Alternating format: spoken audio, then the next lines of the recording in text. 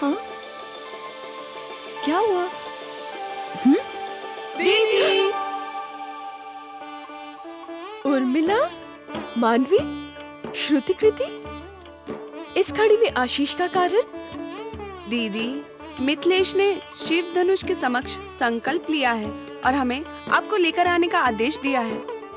दीदी, जैसे जैसे आपके विवाह की घड़ी निकट आ रही है, मन में आपके विवाह की प्रसन्नता कम और बिछड़ने का दुख बढ़ रहा है। दीदी, मैं तो ये जानने को उत्सुक हो रही हूँ कि जो आज जीतेगा वो कौन होगा और किस क्षेत्र से आया होगा। दीदी, यदि काका श्री ने शिव धनुष पर प्रतिज्ञा चढ़ाने वाले को ही विजेता घोषित करने की प्रतिज्ञा न की होती तो मैं उन्हें बता देती कि मेरी दीदी को किसने जीता है। अच्छा, कौन है वो भाग्यशाली? अयोध्या नरेश दशरथ के ज्येष्ठ पुत्र राम। हमारी दीदी को आज ही उनके दर्शन हुए हैं और जब से इन्होंने उनके दर्शन किए हैं स्वयं ना जाने कहाँ खोई रहती हैं। पर अब न जाने क्या होगा। होगा क्या? जो पिताश्री के संकल्प पर खरा उतरेगा, मैं मन, वचन और कर्म से जीवन भर के लिए उन्हीं की हो जाऊंगी। दीदी, इसलिए तो आप हमारा आदर्श हैं और सदा रहेंगी। चलो ना दीदी।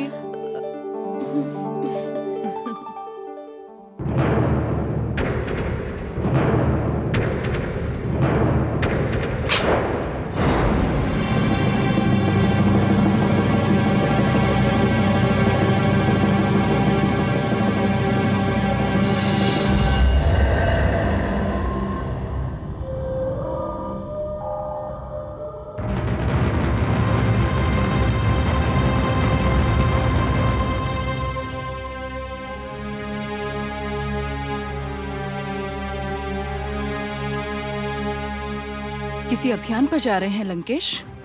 हाँ महारानी मंदोदरी, मैं एक अनोखे अभियान पर जा रहा हूँ। लेकिन आसपास का समस्त क्षेत्र तो आप जीत चुके हैं। अब किसे जीतने जा रहे हैं?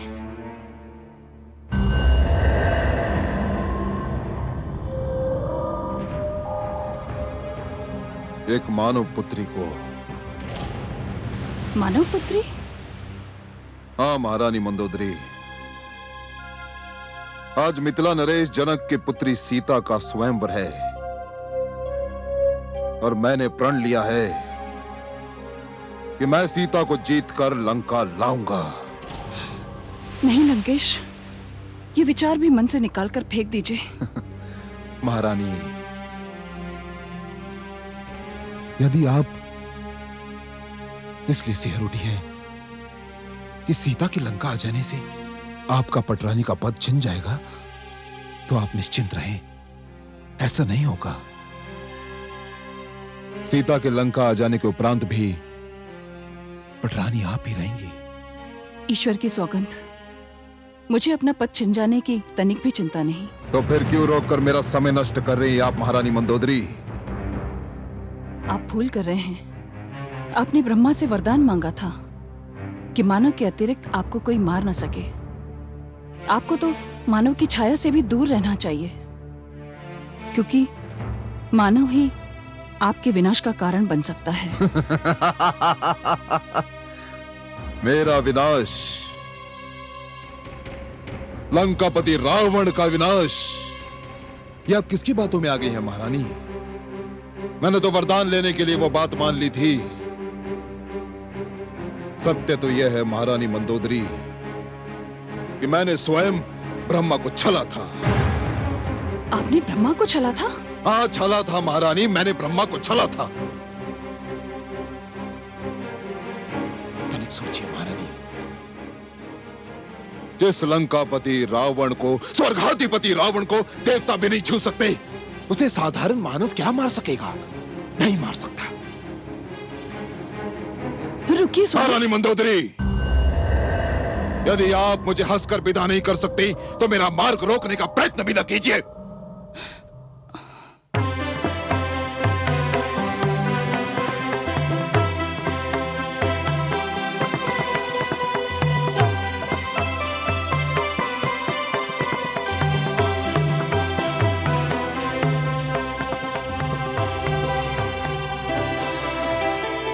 हे वीरजनों, आप सब अपने अपने क्षेत्र के ऐसे सूरमा हैं जिनका नाम सुनकर धरती और आकाश कांप जाते हैं। आप सब राजपुरुष हैं, क्षत्रिय हैं। आप सबको मेरा संकल्प ज्ञात है।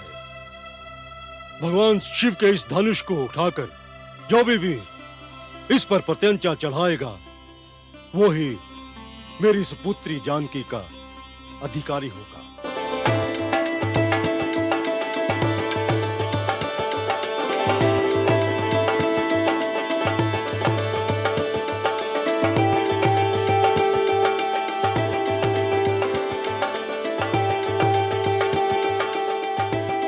आज ही समय है अपनी शक्ति के प्रदर्शन करने का। आज ही समय है अपने क्षत्रिय तप दिखाने का। तो अब मैं स्वयंवर समारोह के शुभ आरंभ की घोषणा करता हूं।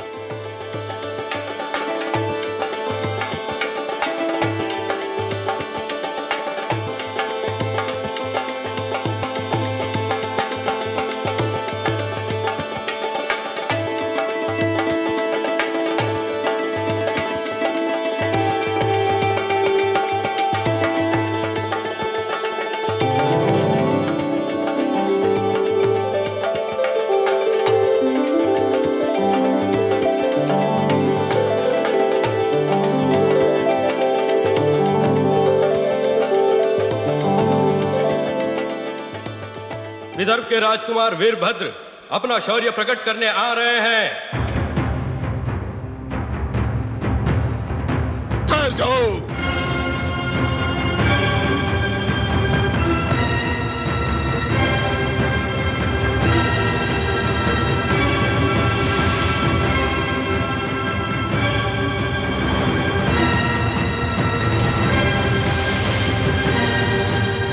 किसमें इतना साहस है कि लंकेश के रहते इस पवित्र धनुष को अपने पवित्र हाथों से छूने का दुस्साहस भी कर सके?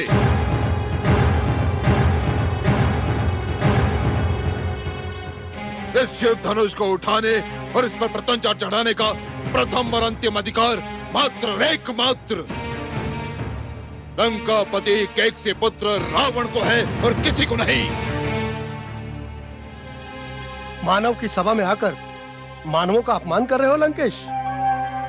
यह भगवान शिव का धनुष है। तो क्या हुआ? मैंने शिव के कैलाश को इन्हीं हाथों पर उठाया था, इन्हीं हाथों पर। इस धनुष को तो मैं तिनके के समान उठा लूंगा। ये तुम नहीं, तुम्हारा अहंकार बोल रहा है। क्या कहा तुमने? क्या कहा? अभी आप सब देख लेंगे कि जो लंकापति रावण कहता है वही करके दिखाता है, वही करके दिखाता है।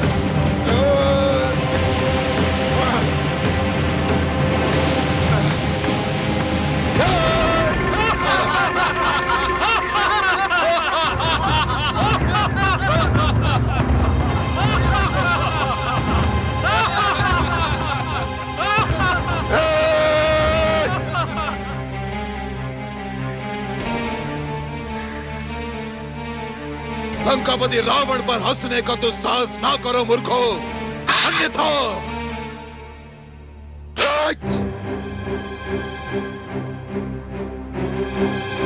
जिस शिव धनुष को लंकापति रावण नहीं उठा सका, उसे संसार में कोई नहीं उठा सकता। मिथिला नरेश जनक, मुझे आपसे सहानुभूति है। अशुभ बोलने के लिए क्षमा चाहता हूं, परंतु अब आपकी पुत्री सीता जीवन भर अविवाहित रहेगी, बिन ब्याही रहेगी।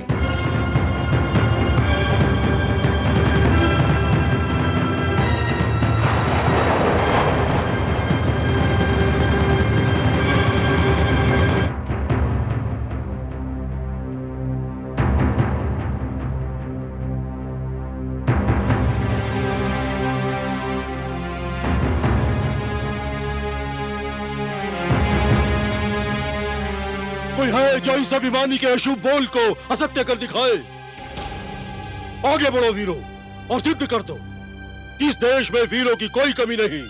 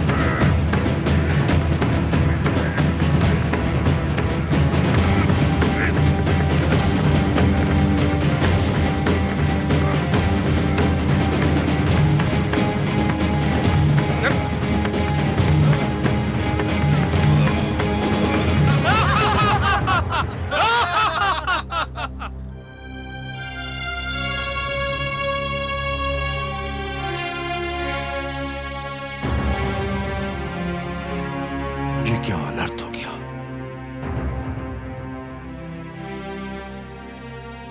क्या मेरी पुत्री सीता, मेरी नयन तारा जीवन भर अविवाहित रह जाएगी?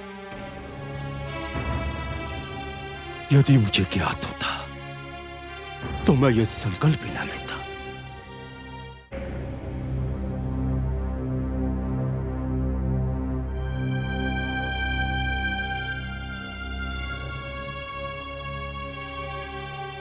इस शिवधनुष को मेरी पुत्री सीता बाल्यकाल में हंसते हंसते उठा लिया करती थी। उसे आज उसे कोई टस से मस भी नहीं कर सका। मुझे ज्ञात नहीं था कि यह धरती वीरों से रिक्त हो गई है। सभी क्षत्रिय नपुंसक निकलेंगे। बस कीजिए मिथिलेश, बस कीजिए। आपको समस्त क्षत्रियों का अपमान करने का कोई अधिकार नहीं है। ईश्वर की सौगंध, यदि मेरे ज्येष्ठ भ्राता श्री राम और गुरु विश्वामित्र यहां नहीं होते तो मैं ये धनुष तो क्या हिमालय को भी उठाकर दूर फेंक देता। आकाश में कड़कती हुई बिजली को अपने हाथों में थामकर 2 टुकड़ों में कर देता। नभ में चलते हुए तारों को इन हाथों में दबाकर मसल कर रख देता। आपने क्षत्रियों का शौर्य देखा कहां है मिथिलेश?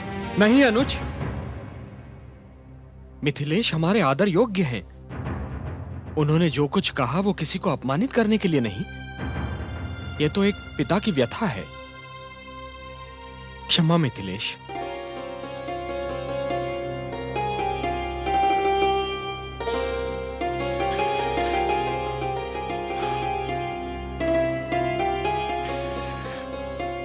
शिष्य राम,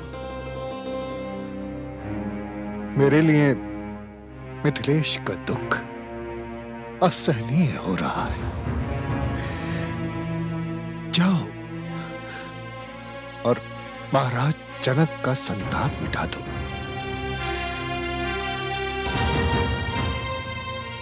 ये मेरा आदेश है।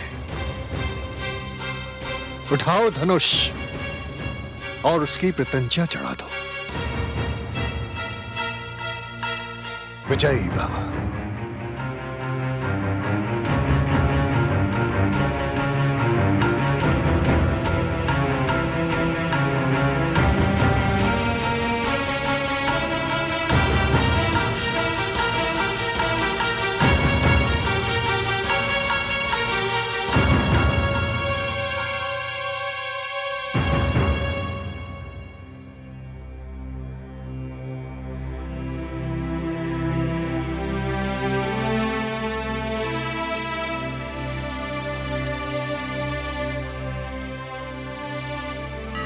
हे उमा महेश्वर, गुरु का आदेश सर्वोपरि होता है, उसका पालन करने की शक्ति दीजिए भगवान। मैं आपके चरणों में आवाहन करता हूं कि मेरे मन की अन्य सारी इच्छाओं, आकांक्षाओं को त्यागने में मेरी सहायता कीजिए। हे हि गौरी शपिनाकपाणे शशांकमौले वृषभाधिरूढ़ देवाधिदेवेश महेश नित्यं ग्रहाण पूजां भगवन् नमस्ते।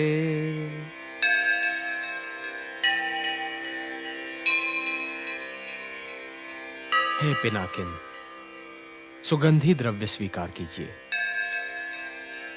ओम त्र्यंबकं यजामहे सुगंधिं पुष्टिवर्धनम् उर्वारुकमिव बन्धनात् मृत्योर्मुक्षीयमामृतात्।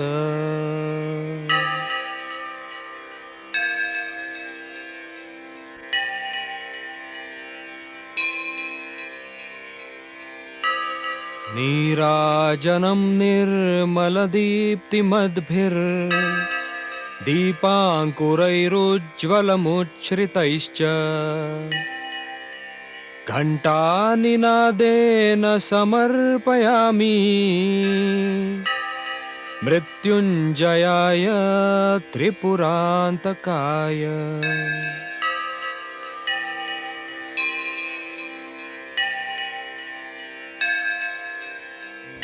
हे विष्णु वल्लभ, हे अंबिकानाथ, हे वीरभद्र, शक्ति दो, शक्ति दो भगवान, शक्ति दो।